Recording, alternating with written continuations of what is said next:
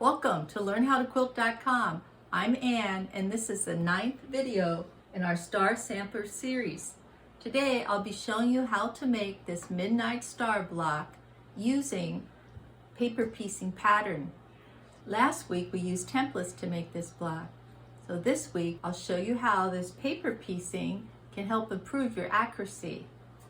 So come on in and let's get started. You can download a free copy of this paper piecing pattern at LearnHowToQuilt.com under Free Patterns, or click on the link below. You'll also find links to this shooting star paper piecing pattern below. If you're new to paper piecing and you'd like more info, we have lots of free patterns and detailed videos. You can check out the links below. You might have noticed that these patterns are the mirror image of the star. With paper piecing, you're sewing on the back of the pattern, so when you turn it over, it'll end up looking like your block. Cut your pattern out using paper scissors. It doesn't have to be perfect because you'll trim it up later on after sewing. Fold on these dark lines. I like to use an old card or a postcard. Makes it a little bit easier to do that. Folding weakens those paper fibers and it'll make it a little bit easier to tear off later on. It also helps with fabric placement when you begin to sew.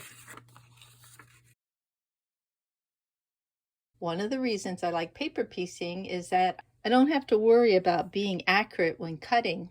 Some folks don't cut their fabric until after stitching, but I find this kind of cumbersome. If I'm doing a lot of the same block, then I'll rotary cut pieces as this saves time. If I'm just doing one block, then I usually cut the pieces with my scissors. Since I need 4 of these units, I'll rotary cut my pieces. For fabric number 1, I cut a strip about 4.5 inches by 11 inches. I'll cut that in half, and then I'll cut on the diagonals. For fabric number 2, I'll cut a strip about 16 by 2.5 inches. I'll fold it in half and then in half again. For fabric number 3, I cut 2 5-inch squares and then cut them on the diagonal. In paper piecing, your fabric always goes on the back and then you sew on these lines on the front. This can be confusing at first, but it gets easier each time you make a block. So fabric number 1 goes here. Now you can see these lines where that fabric needs to be placed, or you can use a light source like a window or a flashlight to see where those lines are. So when paper piecing, you don't usually have to worry about the straight of grain, but for this pattern, I like the straight of grain to be on this edge. So this is the straight of grain. And I'll place fabric number 1 right here on the back. Turn it over. And I like to pin that in place. Later on, after I've sewed this block a couple times, I usually don't pin. I like to trim back some of this fabric before I start sewing. So I'll fold on that line. And then I eyeball about a 1/4 inch seam here. I'll fold back this line, do the same thing. Now I'm ready for fabric number 2. Let's turn this over. Fabric number 2 is going to end up right here when it's sewn together. But to sew, I've got to put right sides together. And I'll line the edge up with this first fabric. Now, usually the first or second time I sew a block, I like to double check to make sure I've got that fabric in the right spot. So to do that, I turn this over and I pin. That's not a very straight pin. I pin on the line that I'm going to sew. So this sort of pretends like I've already sewn that line. Let me turn this back, pull this back. So I just want to check to make sure when I turn this over that this piece of fabric clears all of number 2 plus this seam allowance. I see down here when I hold it up to the light source that clears the bottom also. So this is ready to go. I'll remove that pin. So you want to stitch from outside the dashed line onto this fold line and then onto the dark line.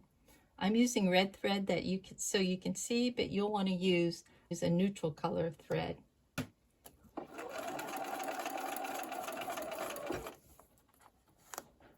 Follow that line.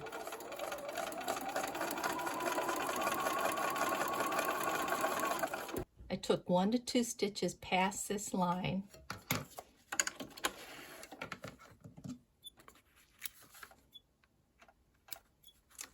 Trim the threads because they can really get in the way. Let me pull this back. I'll finger press this in place, and now I'm ready for fabric number 3. So I'll fold this down, and you see that I've got a couple stitches there, and if I have to tear it, then I will. Trim this out. Fold this back. Ooh, I got real close here. I didn't realize I was so close. Fabric number 3 is going to go right here. So I'll turn it over to the back. This is where it's going to go. But to sew, I want to put right sides together. So I'll take this over and stitch.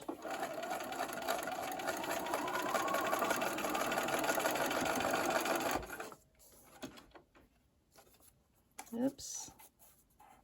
This is what's not to do. You should hold on to your threads, like I didn't do, and start stitching. And this time you want to stitch all the way off to the end.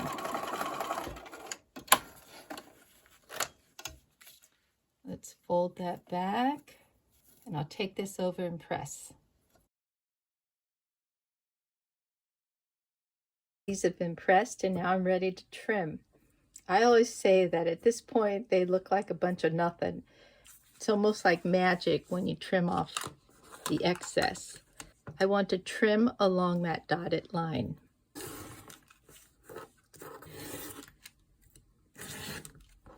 And there's my completed unit. After they've all been trimmed, I like to remove the paper. Some people like to sew these together with the paper on, but I think that gets very cumbersome. So to remove the paper, I like to put my finger over those stitches to get it started. And once I get it started, usually it'll come right off. Put my finger over those stitches to sort of hold them in place.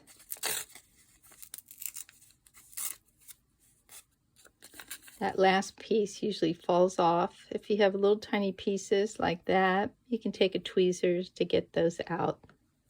So continue removing all the paper.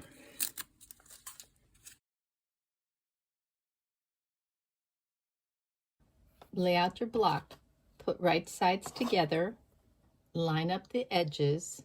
And then you want to match this seam. The way it's been pressed, you'll have opposing seams, and they should nestle in right up against each other. Now you can see some of my stitches are coming out from when I pulled the paper out. I could go back in and re-sew this, but I'm going to catch it when I sew this next seam. So I'll pin this. When I come down to this end, I don't have to match any seams. So I'll pin that. You want to sew a 1/4 inch seam.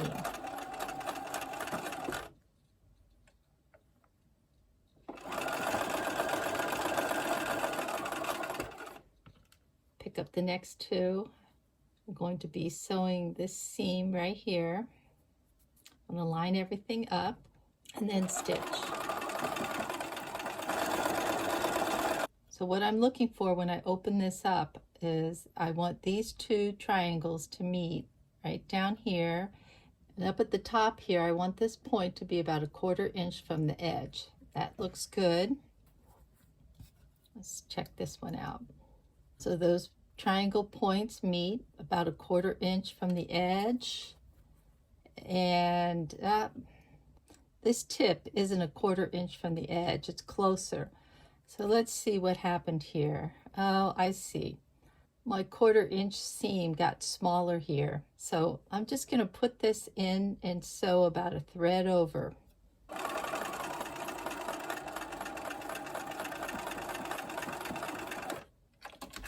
So you can see where I stitched, and let's see if that makes a difference. Yeah, so that point's about a 1/4 inch from the edge. So I press these seams towards this big triangle to get opposing seams, make it a little bit easier when I try to put these together. So put right sides together. So the first thing I want to do is match all of these points here. So I'll put a pin in the top of those 2 points, and I'll pin it into the top of these 2 points. I'll nestle those seams in there. You can feel when they're up against each other. I'll pin on either side, match up these ends, pin, and then pin those ends. I'm ready to sew.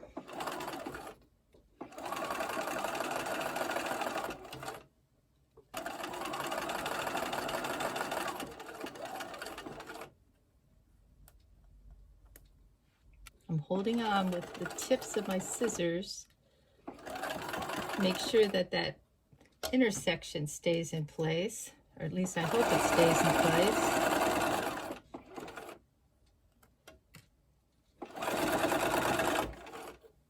Let's see how that looks. Okay, it looks pretty good. Up here, we've got that same problem again. This is a little short. Oh, and I have a good seam allowance there. So I'm not sure what happened there. I can sew about a thread over to get that point a little bit further down.